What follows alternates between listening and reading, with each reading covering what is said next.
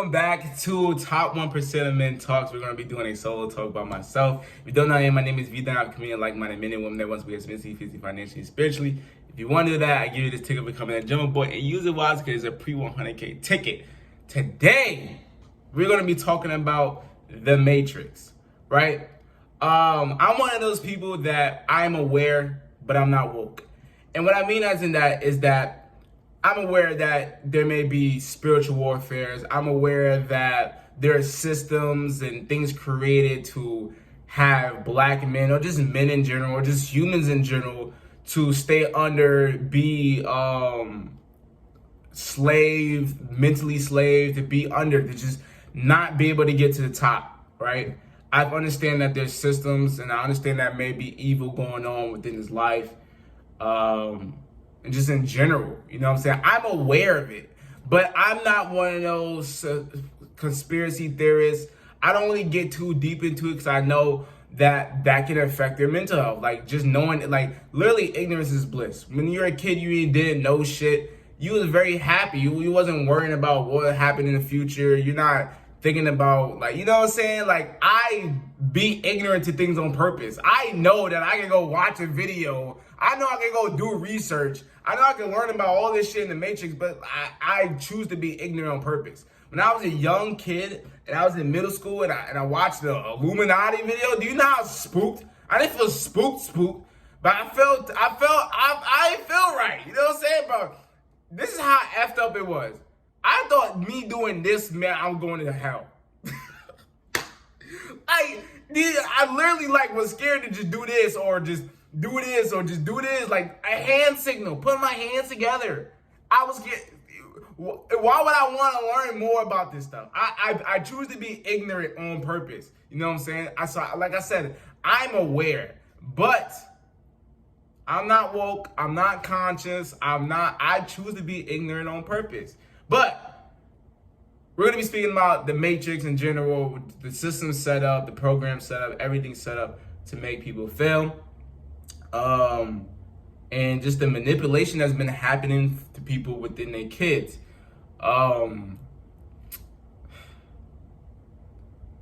would say you could break the Matrix, right? You could break the Matrix, get out the Matrix, but like on a mental standpoint, as in like you feel more in tune with yourself, you're not on social media like that, you're progressing as a human being, you're getting better, you understand, you know, the things going on within life and the evil that's going on within life. But I think that the way I want to break from the Matrix is that to get money first, and then after I have the money and the power and the freedom of my time, then focus on just like the other stuff and not focus on learning about things. I don't really care to learn about what's going on outside of me and my life and family and my streams of income. But I'm saying like breaking the Matrix as in breaking from being consumed. That's what I mean as like being a consumer to unhealthy food, being a consumer to entertainment, being a consumer to Netflix, being a consumer to social media, being a consumer to all the programs and things set on to make me fail. You know what I'm saying? I believe that, yes, I feel like I'm still in the Matrix though. You know what I'm saying? I feel like the first part of doing it is having the money and power and freedom. Like, yeah, you could be like, oh yeah, like he's a rep. You can be like, oh, he's this, he's that, right? But you still gotta wake up and go to work the next day. The next day. You can literally say, bro, jobs is a scam, jobs is this, school's a scam. Like they have this system set to make me feel like I'm just gonna be in this gerbil wheel. I'm gonna be stuck in this system, and then I have to get up the next day to go to work. You're still in it. You know what I'm saying? Like at the end of the day, you may understand, you may be aware, you may acknowledge it, but at the end of the day, you still gotta wake up and go to work. No, bro. See, that's why I'm focused on the bread first. You know what I'm saying? I'm aware, I understand, but I'm focused on the bread first. And I think the problem is with people that get into a spiritual journey and they become more aware, more conscious, that they fall into analysis paralysis. And An analysis paralysis is just knowing all these things but never applying to it. Analysis paralysis is just spending all your time learning, but they don't realize that they're still a consumer too, right? If you're learning about the Matrix and you're learning about this and what's going on in life and Popeye's chicken sandwiches, you're still consuming Solomonati. You're still consuming things on the internet. You may not be consuming constant entertainment videos, but in this day, you're still consuming entertainment on your phone you're still consuming. You're still a consumer. At the end of the day, whether you're consuming something a little bit better, a little bit more productive, but you're still a consumer. You know what I'm saying? And I believe I don't know, but we're gonna get into a whole nother subject. Let's talk about something else. Let's talk about, this is like when I was at work, right?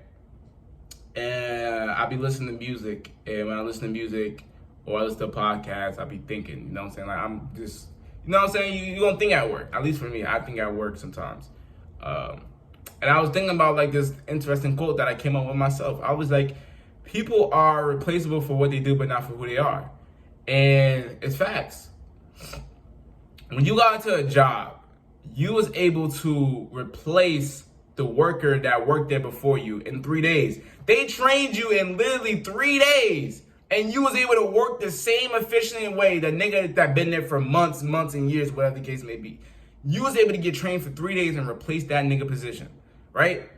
But if you was to leave a job, nobody's replacing the personality that you gave to people. Nobody's replacing the feeling that you gave Aunt Shirley when she came to the register. Nobody's replacing the energy and vibe and presence that you gave as yourself in that job. No one's replacing that, but they could definitely replace you stocking. They can replace you being a cashier. They can replace you being a manager, but they can never replace for who you are. And I think there's a problem that people have. They be like, oh, I'm not replaceable. You can't, like, nigga, you're replaceable. Even as like just a boyfriend or a girlfriend, like every boyfriend and girlfriend is replaceable. Like you're literally replaceable. Someone can literally just get a new boyfriend, a new girlfriend. Like everyone is replaceable for what they do, but not for who they are. A female can get a new man. Yeah, she can get a new man, right? But the feeling you gave her, the vibe you gave her, the conversation you gave her, the memories you gave her, that's not replaceable. You can't replace that. That's also another thing that I came